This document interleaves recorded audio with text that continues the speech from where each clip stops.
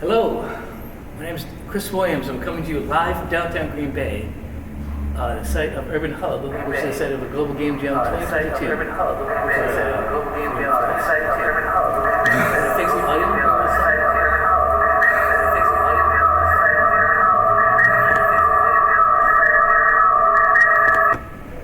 I think that's better. Sorry about that.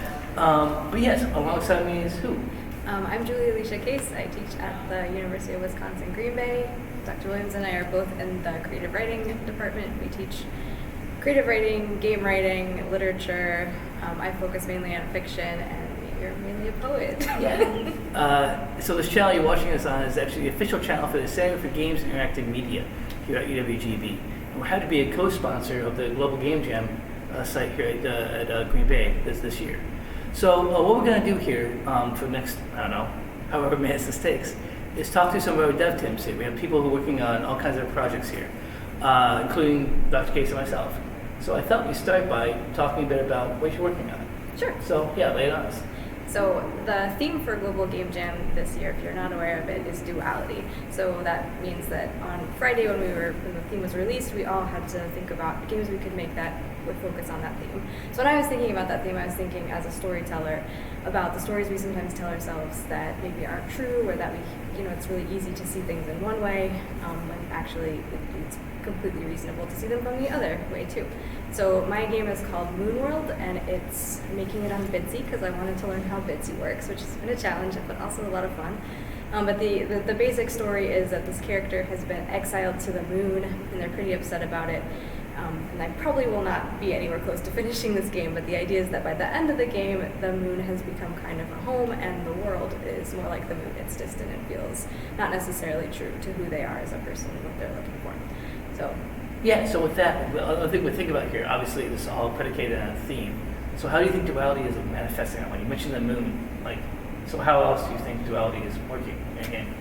Yeah, so I think a lot of it is about emotional narrative. So I was thinking about character development, and I feel like one of the arcs that I had in mind for this story was that the character sees themselves as broken or having made mistakes or somehow wrong or not fitting in, and that by the end that they will feel like maybe some of those issues are actually gifts, or that the loneliness and isolation of the moon allows them to engage with other things that can be sustaining. So that has sort of played into the ideas that slowly the things that can seem like negative or upsetting or distressing, kind of leaning into those things and finding the kind of silver lining to those things. Well, transformative. So yeah. Like the thing of what was once becomes this other type of thing entirely. Yep.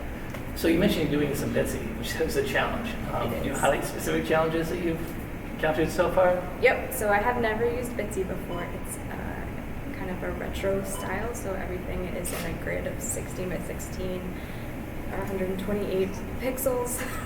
So first of all, I'm not an artist, so I've had to do a lot of work with drawing things and integrating images, which has been really fun. It's in there's 3 colors that you get, so that's also been challenging because you don't have a lot of contrast between the different items. It took me a while to learn about how to make a character move from one screen to the next, how to find the things on the screen so that the narration bubbles would pop up, and then how to make the player aware of that. And I still have a lot more things to do. I want to work on, you can make the color palette different between screens if you want to. I haven't done that yet. I also want to try a little bit of work with adding some music. I'm going to work on that tomorrow, so it's still a lot to work on, but it's been a lot of fun, and you got a little less than 24 hours, should be. Yeah. You're rolling right along. Do we want to switch gears and maybe talk about your? Sure. So as again, my name's Chris. I've been working on when I personally didn't think about what game I wanted to work on before I realized the theme, because I think it's really cool to be like, what do I want to make that intersects with this, rather than saying I'm going to make like this thing from the jump, right? So when I heard duality, I really thought about a tabletop RPG, particularly thinking about, often with tabletop RPGs, you roll dice, and dice determine what you do, like how effective you are, whatever conflict you're resolving. And I thought about, well, instead of dice, what if it's like a coin flip, right? Because the coin flip thing, you have a face, a head, and the tails, right? Or a face and the opposite of that, which I think also applies it, so it's the oppositional forces. So I started thinking about that, like what if that was the core mechanic of how this thing functioned. And then I thought a bit about character. And the ways, sometimes in tabletop RPGs you might play like Dungeons & Dragons or Pathfinder, there's ways in which the character becomes better over time. You choose a subclass, you choose a prestige class, you become more of a hero. So I thought about, well, instead of that, you become the opposite of whatever you're doing. So I thought about this a lot. That was my basic idea of how I was approaching this, but it determined that I wasn't ultimately making a tabletop RPG as it evolved. It turns out I was making collaborative storytelling. The game is going to be called diptych, right? So like the hinged art piece you see, where one side depicts one scene, one side depicts another scene, and they're linked, which also I think is duality, perhaps. So I'm working on that. Like I'm still kind of sussing out, but as the more I worked on it, I'm moving more away from the RPG genre, like actually like fighting a monster or solving a mystery or whatever that might be, and more towards the idea of just telling an amazing story with friends. That's awesome. That's kind of what I'm going with that. That's really good. And I know you're teaching a role-playing class this semester. Do you feel like this will influence that at all? Yeah, I mean, honestly, probably in my back of my mind, I was like, yeah, I should probably do this before I actually teach it. I've done a lot of other stuff with this, but this is the first time I've actually created a system from scratch, which is great. Great Jam is great because it lets you the opportunity to do stuff like that. Do you want to talk a little bit about challenges? Have there been any challenges? Or things you're Not knowing what I'm doing is a big thing. We focus on that, right? So probably the thing we should embrace with Game Jam is like just being okay with figuring things out. And that's been a big thing. Like I play a lot of tabletop RPGs. I don't understand how they work, but it's a much different thing to like write it from scratch. And I think a big challenge for me is being okay with the evolutionary process. Like once I was this whole morning I was working on a tabletop RPG I could not solve. Like why are players actually playing this thing? What's meaningful about it? And once they kind of realized that, okay, that's not the game anymore. Like letting go of that. That's when things started to really click. Like, okay, I'm writing this other thing. Actually, this is actually the game.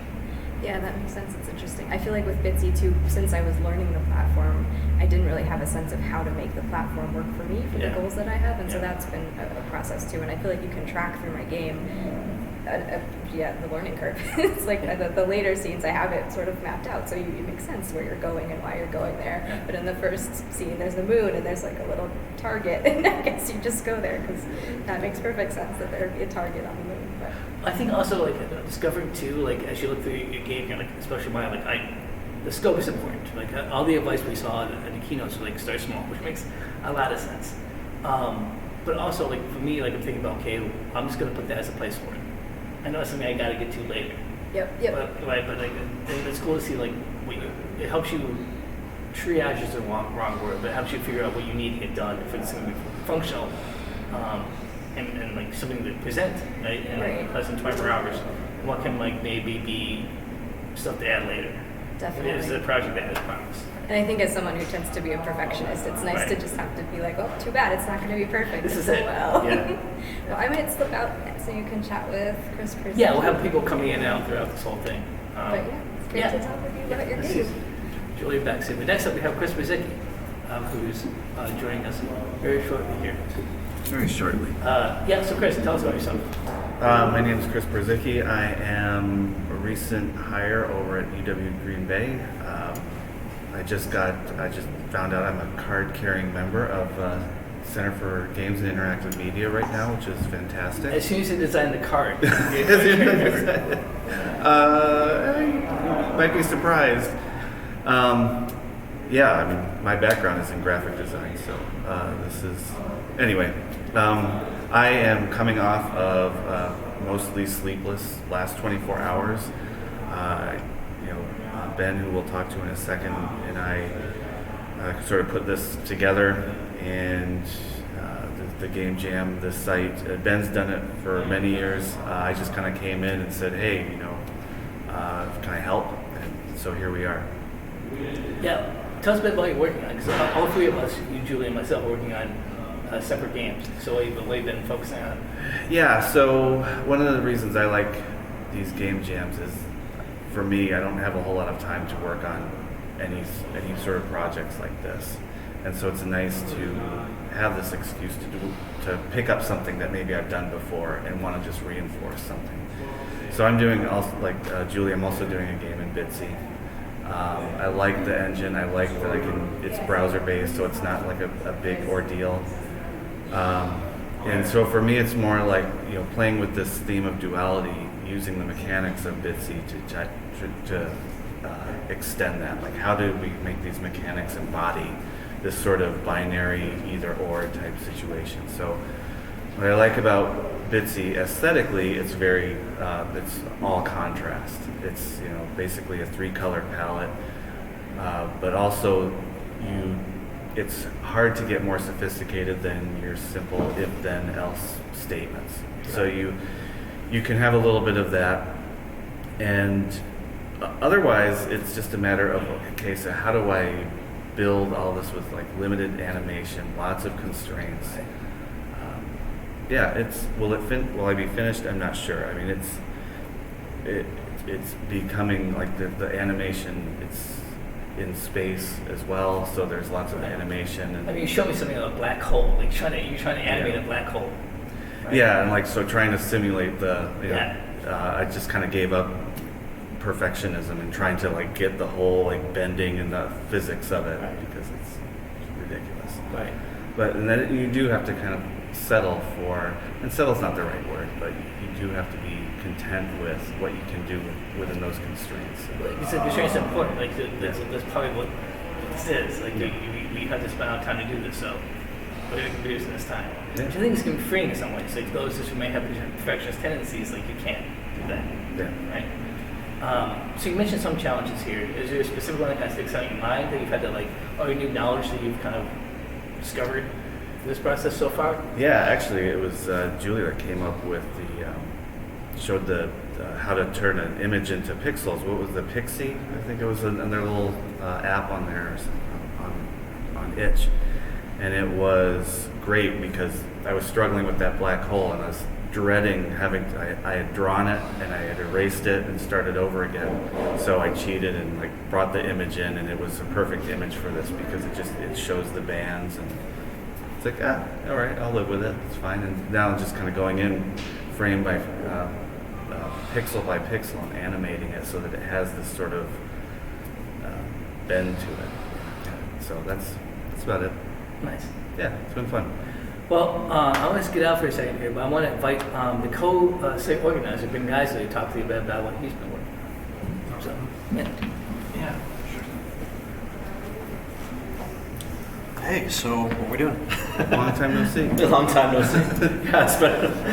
So, introduce yourself. Feels like it's been a week that we've been here, but it's been actually only 30 hours, something? We're probably in the 30th hour. I was saying before, it's I'm starting to feel that 24 hours, like a few hours of sleep here and there, but otherwise it's great, now I got to be on camera. That's cool.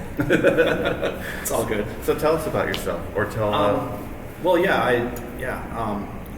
Ben Geisler. I'm a long-time game developer, and someone was asking me, one of the UWGB students, I think, was asking me how many game jams I've done at this point, and I counted them. I think it's 9 or 10. Oh. So it's been a fun jam, but the last couple ones I didn't really jam. The last time I went on Train Jam, which is the Amtrak that goes from Chicago to San Francisco doing game jams on the way, I didn't really jam.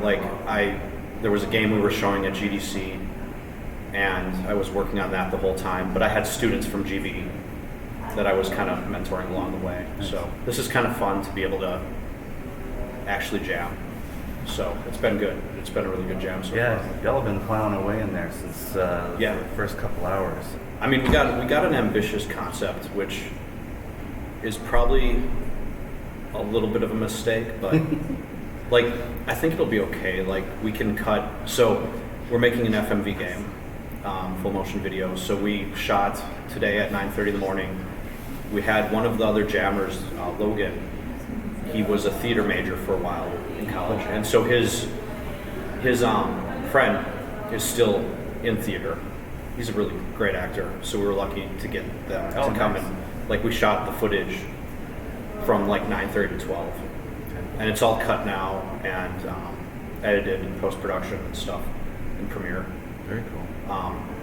So it's I mean, we're getting there. I think that it's it's like a detective interviewing a suspect in a murder scene. So you play the first part of the game, and you're in a 3D kind of environment with Unreal Engine 4.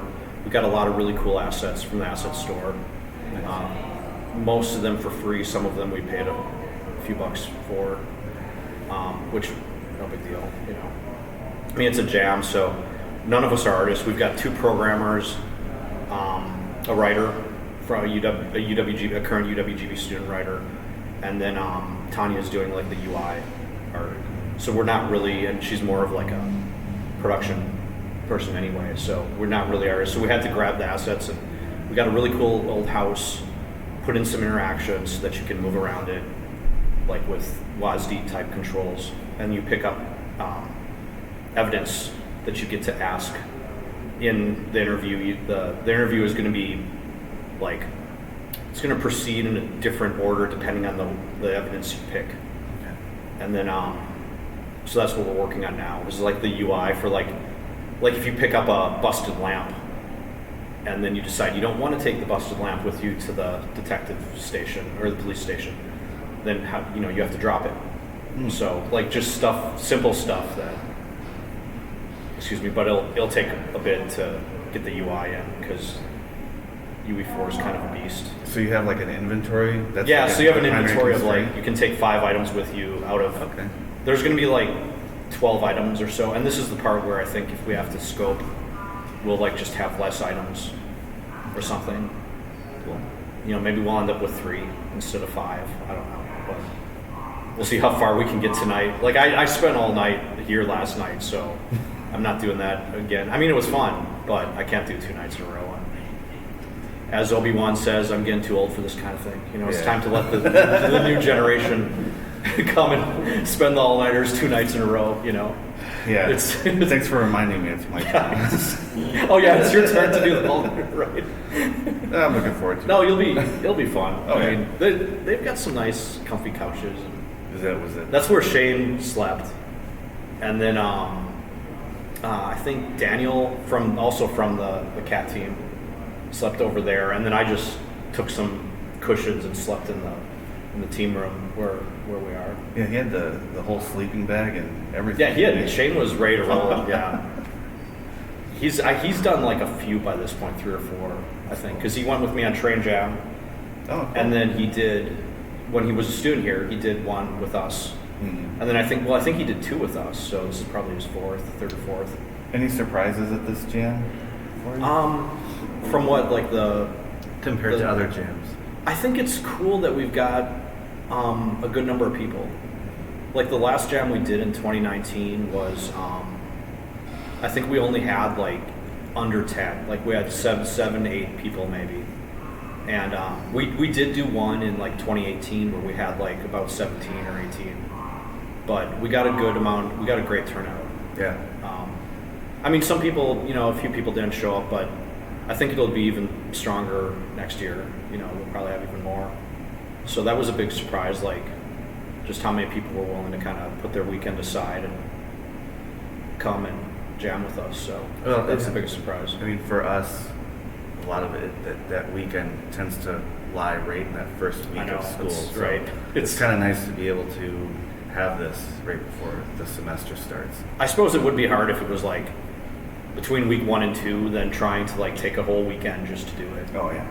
Yeah. That would be a rough one. Yeah. Because then you're just coming off your first week, and then that might be more difficult. But no, I think from the game standpoint, not really any surprises. I mean, Unreal Engine 4 has been pretty good so far. The internet here is really good. However, one of the things about taking assets from the asset store is they come in these huge asset packs. So like our project right now is like 21 gigs. Because we have like all these assets that we're not using, but they're just sitting there and we don't have time to like optimize their performance. Like performance and optimization is like out the window in a game jam. It's just like whatever to make it work, So whatever you have to do to kind of get something like a game by tomorrow at 4. So, it's been interesting. It'll happen. Well, you said before that the challenge was that you took on too big of a project? Yeah, I think our scope was a little big. I mean, I think the thing that shooting footage is the thing that, that took time. That took like 2.5 hours out where I wasn't like actually coding. And then Vic had to post-process all that. That took him probably 3 hours in Premiere. So that's like 5-6 hours of programmer time right there. Well, it's a good thing you brought both screens. Yeah. Right. And we got equipment. So and the actors were great. Yeah. It worked out really well. Yeah, a bunch of us were kind of hovering around the windows. Oh, nice. Watching it looked like fun. It was it was cool. It was good.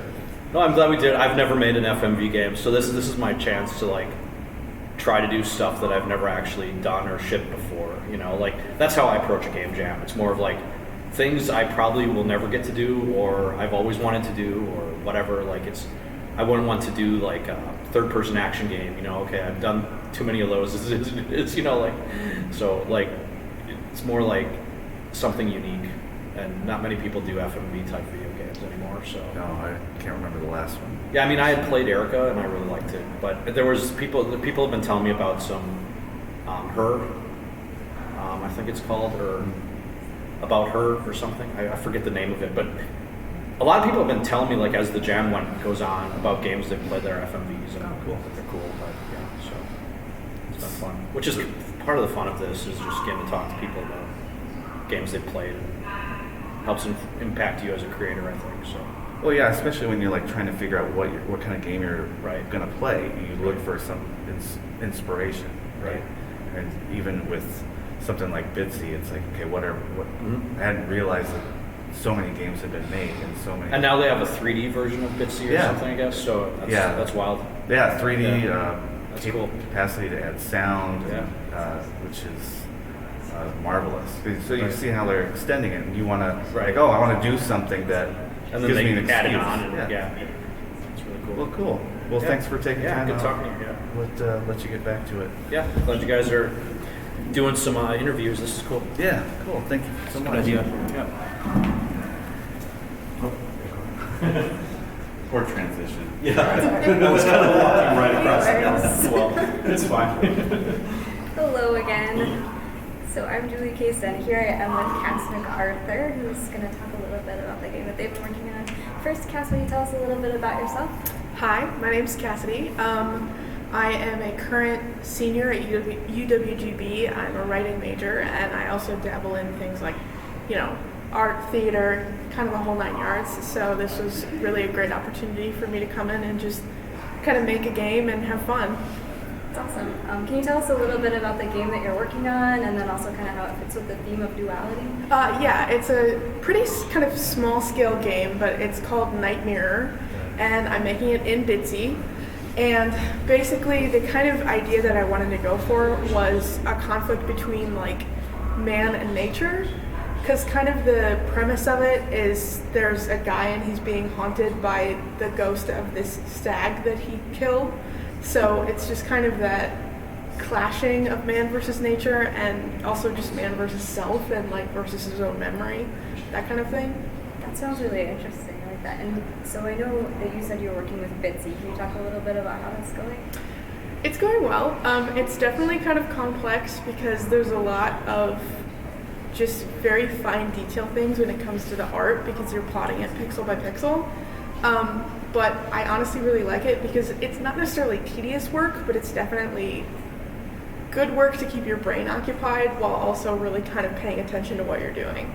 And I should just say publicly that you have really helped me with as I'm learning Bitsy. I feel like you taught me several key things. Taught me about drawing outside of Bitsy and then transferring it, and that was super useful. Taught me about walls. I think you helped me with color. Like you've really been very helpful. So thank you for that. Can you talk a little bit about any challenges or anything difficult that you're working on or learning you're trying to get better at? Yeah, there was a lot in Bitsy that I was trying to kind of figure out, and I was running into sort of roadblocks, especially because Bitsy you can only have like 3 colors, so you have to figure out how you're going to do depth. So I just kind of had to take a step back and really plot it out into, it's this color and it's this color. And something else that I tried to do was make some music for my game. and I ended up using Beatbox, which my friend August taught me how to use. And it actually was pretty easy to use, and it created like really cool, little game type music, for lack of a better term. And it's pretty easy to actually put into your Bitsy game, so it's kind of elevated my game for me. That's awesome. I'm glad you mentioned that. That's on my list of things to work on tomorrow. I also heard about it from August, and I was gonna try and see if I could figure that out, but it sounds like it wasn't so hard for you to start that. Once you get the hang of it, it's usually pretty easy to use, and it's pretty easy to use in general. You just kind of play around with it, and it kind of comes to you. Yeah. Well, thank you so much for talking to us about your game. Is there anything else you want to talk about the Game Jam experience? Or? No, I just think that this was a great opportunity to come and meet, people in the community, and it was just generally really fun. Yay. Right, we're going to have another awkward transition. I think we've got Dr. Chris Williams and August Wigman coming in, so just adjust.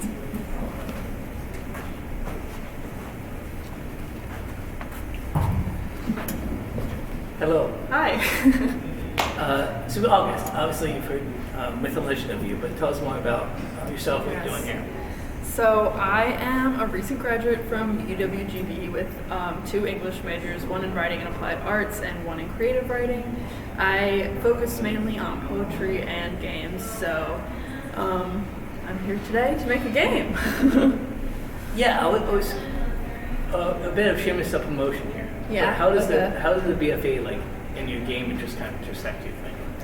Well, I would not know about creating games the way I am without the BFA, because the classes I took with you were the ones that introduced me to programs such as Twine. A class I took with Dr. Case introduced me to Bitsy. So honestly, I wouldn't realize that this was so interesting to me if I hadn't enrolled in the BFA. So. Yeah, well, great. Thank you for that. My chair is pleased that you had that soundbite.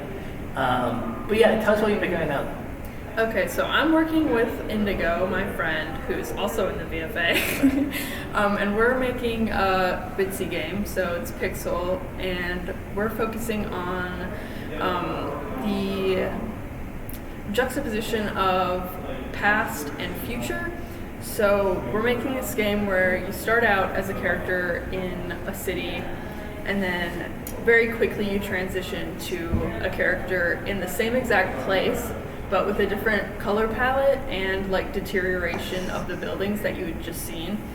So then as the character in the future, you're kind of playing through and discovering things because the player in the future knows what happened to this city, so they're kind of revealing it to the player as you go through the text, and you're finding out more about the character from the past that you started the game as you keep playing. So this is a narrative-based game. Mm-hmm. Yeah. There's not really much choice in it. It's just follow the path that we made for you. Which is probably due to the constraints of the jam, right? Yeah. As much as who would have choice in there, but you and can't. Bitsy too has some constraints with that. Yeah. It's not super easy to implement choice. It can be done, but it's pretty difficult. But this is your second Bitsy game. Yeah. Right. Mm-hmm. So what have you learned, I guess, between the first one and what you're doing now? So something that we had to learn was how to work on the same Bitsy game together, because the whole website isn't made for 2 people to work on it at once. It isn't like Google Docs where you can see what someone else is doing at the same time. It's just you're working on an HTML file, basically. So we had to find a tool online that allowed us to merge our works together as we were working on it. But as we kept working, that started to turn into a bit of a problem because we kept having duplicate rooms, and so my file would end up huge because I'd doubled everything every time we merged it together. So we had to get Indigo to start deleting rooms as they were going so that I would only get the new things that they'd made in my file. So that was definitely something that I'd never done before. How confusing you're talking about it. Just imagine negotiating that would be the whole thing. As people have talked before, you made some sick jams for this. Yeah, I did. I made a song. Right. This is your first time doing that, though, too, right? I have actually never finished a song for a game. Okay. I've tried to make some before, and I have some that I could definitely work on more to put into a game, but I haven't ever implemented them into a game yet. So this will be my first song, but in my past Bitsy games, my brother made the music, so it's my turn to take the reins. Did it make you feel more comfortable when you saw somebody else do this? Like, Yeah. It's like a very easy program. You basically just drag a bar to make a noise, and so you don't have to know music to make it. You can make a compelling chiptune type Yeah, music, yeah. right? Without Mhm. having to have the degree or something like that. Which is encouraging to all of us who don't have that. But yeah, anything else you want to add about this experience thus far? Not really. I'm having a lot of fun, and it's good to be in a space where there's a lot of creativity going on. Yeah. So great. Well, that's our time. We're going to also do another awkward transition because that's going to be the hallmark of this channel. And invite Kris Purzycki back on and talk with some other folks about some other games they're making.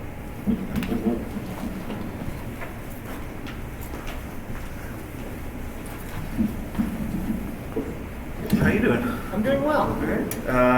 Introduce yourself. Let's start there. So my name's Daniel. I'm a junior here at UWGB studying computer science with a emphasis in software engineering. Fantastic. Junior? Yep.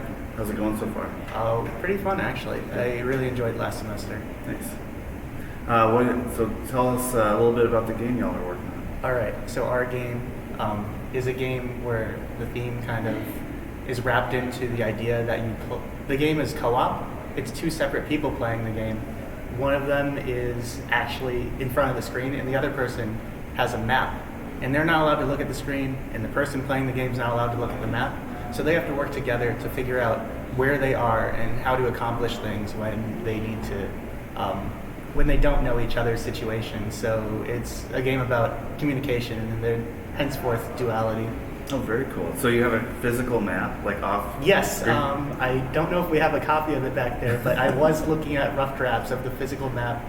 We were going to try and implement one thing that we were hoping to implement, where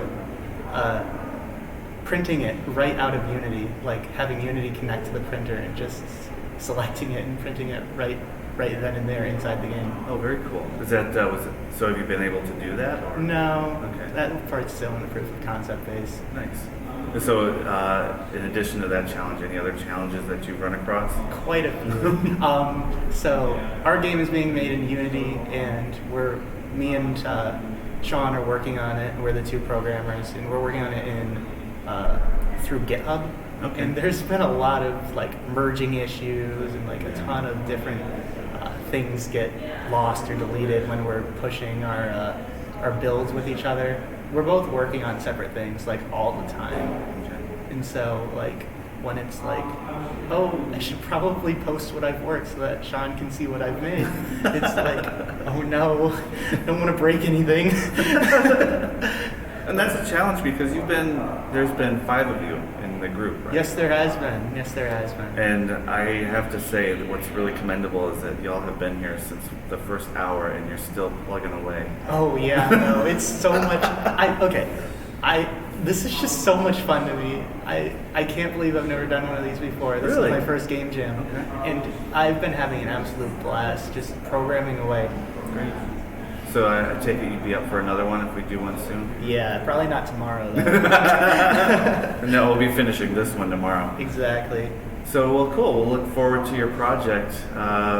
4 o'clock tomorrow, we'll be showcasing all these. So Exactly. Looking I'm forward to excited seeing see how it. it turns out. Like, our team is great. We have like Billy. He's a great 3D developer, so we have a lot of great, pretty models, and I think the game is gonna look amazing. Yeah. For sure. Well, it's been kind of cool to just kind of be on this side of the glass wall, listening and watching you guys because you've been working so well together. It's really Yeah, you impressive. can see my stack of Mountain Dews from here. That's the secret. I'm very proud. People always hit their head on that chandelier too.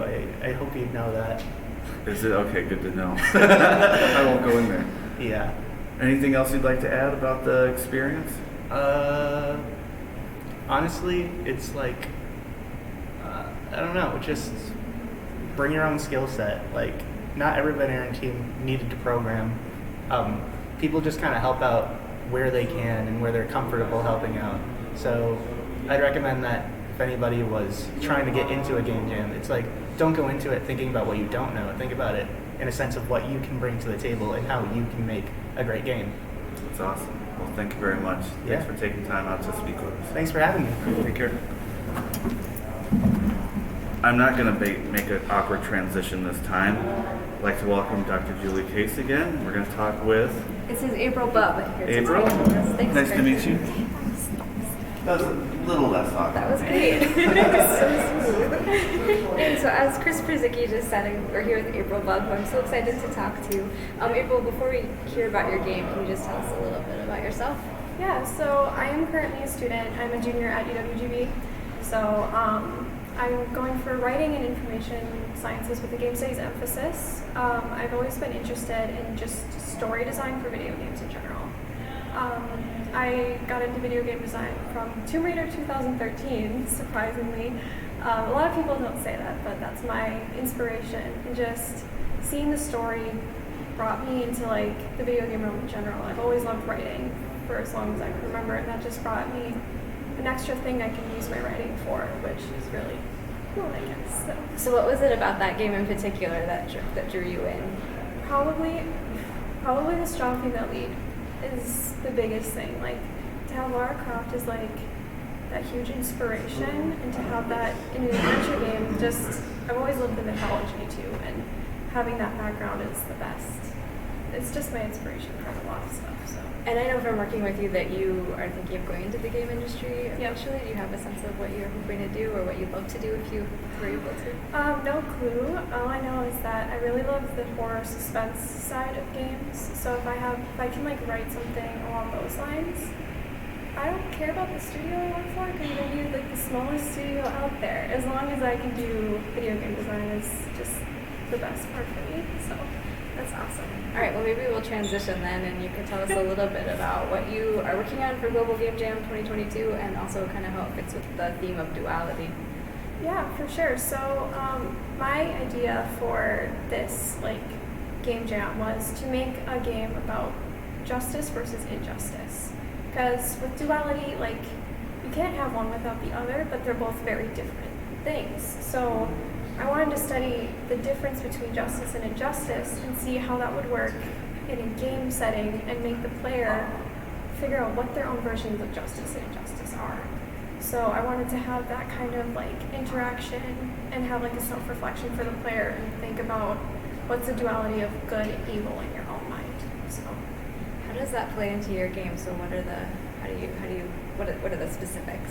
So we kind of have like a case study thing. So we kind of did a lot of inspiration off of Papers, Please. So what we're doing is you just get these criminals and you have to decide, are they worthy of the death penalty or should you save their lives? So it's kind of like, do you decide who do you decide actually is in the wrong or are they in the right? So there's a lot of heavy topics because obviously topics of crime and stuff aren't always the easiest things to talk about, especially like for motives and stuff. So to think about and really decide, was this person in the right, or if they just because they did a bad thing, does that mean they were completely wrong with what they did? So then do you, as the designer, do you have an answer? For each scenario, are you like, well, this person's definitely in the right, or is it more open up to the player? Yeah, I definitely have my own idea of what I would do if I was playing the game, but I also didn't let that affect how I wrote the game. So I tried to make it as ambiguous as possible, where if you had to decide for yourself, like, is this person bad or did they do something good? And that's completely on the player, but I have my own ideas of the right and the wrong in the game, but yeah.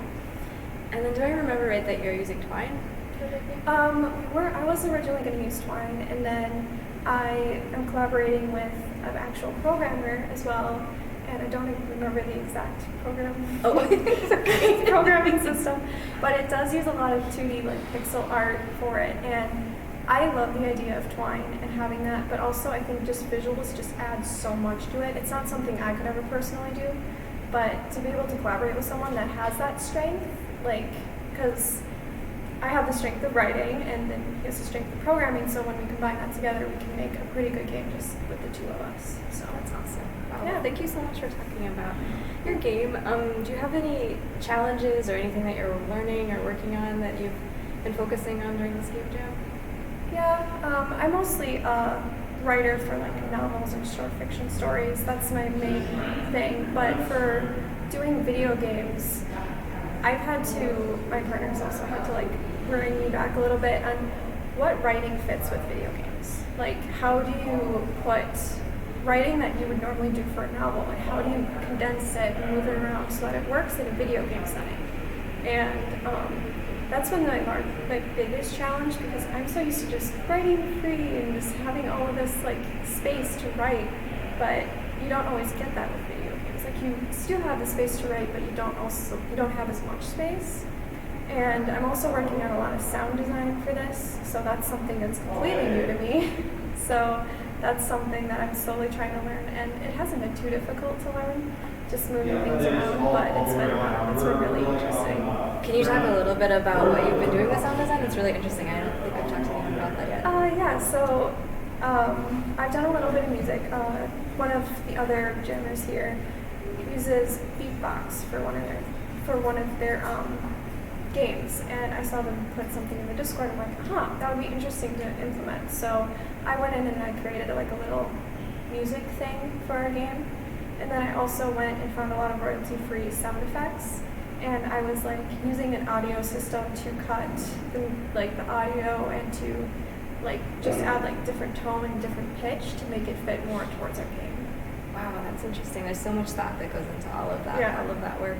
Really glad you brought up the point too of writing being different in video games. I think one of the things I've been kind of struggling with is not even just that it's different in video games, but it's different in the platform that I'm using. So as someone who works in Twine a lot, I feel like you write differently in Twine than you do in Bitsy, and the kind of story you can tell is different. And it's still, I think it's not just about like how do you translate it, but how do you translate it in this specific circumstance. It's really interesting. Yeah. Thank you so much for taking time. Do you have anything else you want to share with us about your game jam experience or tips for viewers, anything like that? I mean, my tip is if you have any idea or have any like inkling that you want to go into video game design, do a game jam.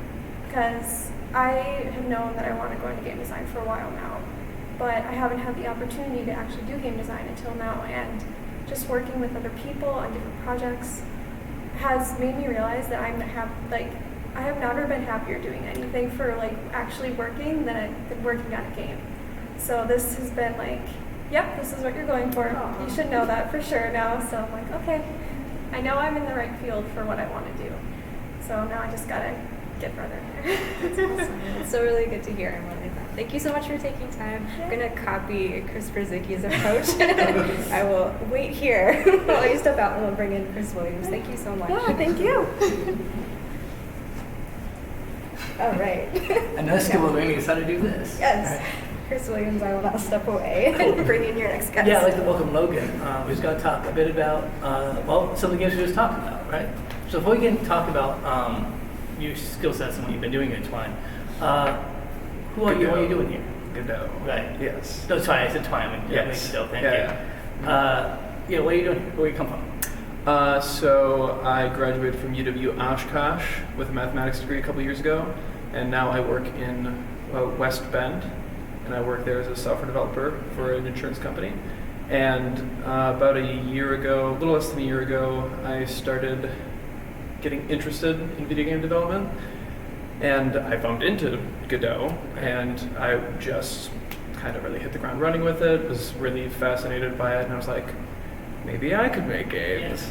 And so I've just been kind of hitting that hobby hard, and recently actually Ben, the guy who organized this, I bumped into him on like a Wisconsin game developer Discord, and I was messaging him, and he told me about this game jam. I'm like, I'm there. It sounds like fun. Yeah. And so I think I want to transition into working into games at some point, and game jams just seem like a great pathway to that. Yeah, for sure. I mean, as we talked before, there's a great way to try out new stuff. Right? Meet people who are also interested in the same thing. Mm-hmm. People who are also willing to develop a weekend is doing this, right? Yeah. As opposed to anything else. There's so many pros to it. It's like, it's a ton of fun. Right. It's a great learning experience. But on top of that, like, you can make something that could impress people too, right? Like, there's a lot to gain from doing game jams. Right. So it seems like you've had your hands in a couple different circumstances here, right? You one of the actors in that Oh. FMV video, right? Yeah. Okay. So primarily, I am working with April Right. On that game in Godot, but I did used to do a lot of acting. Right. And I know Ben was making this FMV game, which sounded really fun, and so I was like, if you need an actor, I can give you a hand. And I had a good buddy of mine in the area who also thought it sounded like a lot of fun. So Yeah. so this morning, all of the actual like acting sequences that he needed recorded, we knocked all those out, and it was honestly the three of us had so much fun filming Something that. like that, I imagine. Right? Yeah, I mean, I've done a little bit of screen acting before. Right. My friend Devin, who played opposite me, has as well, but we've never done anything like a video Right. game Right. before, and it was a ton of fun. What's been so like what seemed different to you versus like that versus other acting experiences you've had? I just the fact that, well, I mean, like, because it's a game jam, Right. like, it also was like very impromptu. Like, we had in a conference room in the space we're in. yeah, like right? we walked in and just like, all right, here's the script. Like, you know, we didn't have it. So it's sight reading kind of. Oh yeah, pretty much. Yeah. But it was also like part of the duality theme that Sure. Ben's going for, Right. right? Is it's well, the two characters acting it's a detective and a suspect, right? And so the duality aspect is like a good cop, bad cop kind of Yeah. thing. So you're in a sense you're playing the detective, and so you could, when you're interviewing, you have the ability to choose good cop or bad cop, Sure. and then so basically there's a bunch of interview questions Right. that play out in two different ways. So kind of every little scene that we film it twice. Sure. Right. In two different ways entirely, which it was kind of weird, but it was a lot of fun. Yeah. Sure. Like so you taking the same scene and like taking the different approaches. Right? Yes. Yeah. I mean that seems. Especially like here's the script, figure it out. It was it was definitely very impromptu, very paraphrased the heck out of those lines. Right. Yeah. Can't say line or anything like that. Mhm. But you also you mentioned also you're working in Godot, right? Yeah, the game that April and I are making, Right. I'm coding in Godot. I'm having a ton of fun doing it. I think it's going to turn out pretty good. This is the first time you've actually had a full project in Godot, or you've done something with Godot? So I started learning Godot in 2021, like April, and I've learned it in April. And I like took a couple like courses on it, and I've made like a bunch of like really small like test projects with it, but I've never made like anything that I'd like have put a bow on and been like, oh, it's a game, Yeah, like right. and like share it with people. Right. So I've just like done like a ton of tinkering, Right. but I've yet to actually finish something and be like, this is done. Right. So it seemed like a great weekend to be like, oh, I'm gonna make something and be like, it's done. Feeling confident this is going to be done? I think so, actually. Yeah, I am like surprising myself this weekend. You could ask April. Like every time I like, do something I show her, I'm just like, Hey, it's looking pretty good. I didn't break like crazy. Yeah, right. Always nice to find that. Mhm. Yeah, so with that in mind, though, thinking about things breaking like crazy, what are some of the challenges you've encountered in the last 24 hours or so? Oh man, I mean, I've been fortunate with this game jam and programming things where I took a lot of time the first night to talk about. This is not my first game jam, right? So this is my second one, and from the first game jam, it was kind of a similar thing where it's like, I'm gonna program this, Right. it's gonna be cool. And the first time I went in, I just went in guns a-blazing, right? And it was just 500 words per minute. Yeah. Just like, boom, game's done. It was terrible, right? And like everything went very poorly. But this time, talking with April, I was like, okay, I want to like come at it from, I want to figure out like exactly what Right. the system's going to be, Sure. like what interactable things are there, because I wanted to get like a good picture on paper of what like the structure of the game was going to be. So you slowed down a bit, like Yes. you took your time a bit more. I didn't write a single line of code Friday night. Yeah. Okay. We were talking like visually what it's going to look like and what the the core game loop Sure. is going to be Yeah. buzzword. Yeah, and I really think that paid off a ton. Yeah. Because before I wrote a line of code, even though it was like a game jam, right, I felt like I had a good idea of what the overarching structure of the game was going to be. Sure. We kept it small, we kept it contained. And because of that, I think we're, knock on wood, I think we're going to be able to finish this weekend with a small game that is like pretty polished. Yeah. And I'm really excited about So that. the scope worked out for you, then, like that. Yeah. It is teeny tiny scope. Yeah. But like if it's super small and you polish it really well, I think it could still be like an awesome little game. Yeah, right. And that Yeah. seems like if you can get judge, like that seems like what you went in trying to do. So besides, that's what's coming out of it. Yeah. And I mean, you can go into game jams trying to do different things, right? But I think for me, I would want to go in and like try to learn something. Right. And I went in trying to like learn and like push myself on like I want to contain that scope and I want to try to plan properly and finish the thing. Yeah, Right. I'm gonna finish the thing. Yeah. I'm gonna finish the thing. Anything else you want to add about your experience here thus far? It's been great. Like Urban Hub is fantastic. I don't get up to Green Bay very often, and this has just been incredible. Ben is incredible. I mean, like everybody that's here has just been so nice. And I would just to anybody thinking about doing a game jam, because I talked to several people that I know in the area that are interested in game development, but are like fairly beginners. Right. And every single one of them that I talked to was just like, well, I'm interested in game development, but I just don't think my skills are good enough to like contribute to a team at a game jam. Just go. You'd be surprised what you can do. Yeah, I mean, just go. I would be so happy and content working with somebody that is a complete beginner because it's fun. Nobody goes into this with like great expectations for anything, and you have so much to learn by being a part of this process. Well, and everybody can contribute, right? Yeah. There's a role for everybody here to kind of function. Yeah, totally. Well, great. So this has been us talking to folks who are working on games here. We're going to stop the stream here in a second, but I do want to say that we'll be streaming sort of randomly, I think, throughout the next 24 hours or so. Really focused especially on the showcase, which is happening 4 o'clock tomorrow, in which your game will be stood up and seen for the first time. Oh, no. Right. And some of the other games also in various states of completion and incompletion will also be showcased. So please keep in mind then, and thanks for watching, and stay tuned. And awkwardly end this as usual.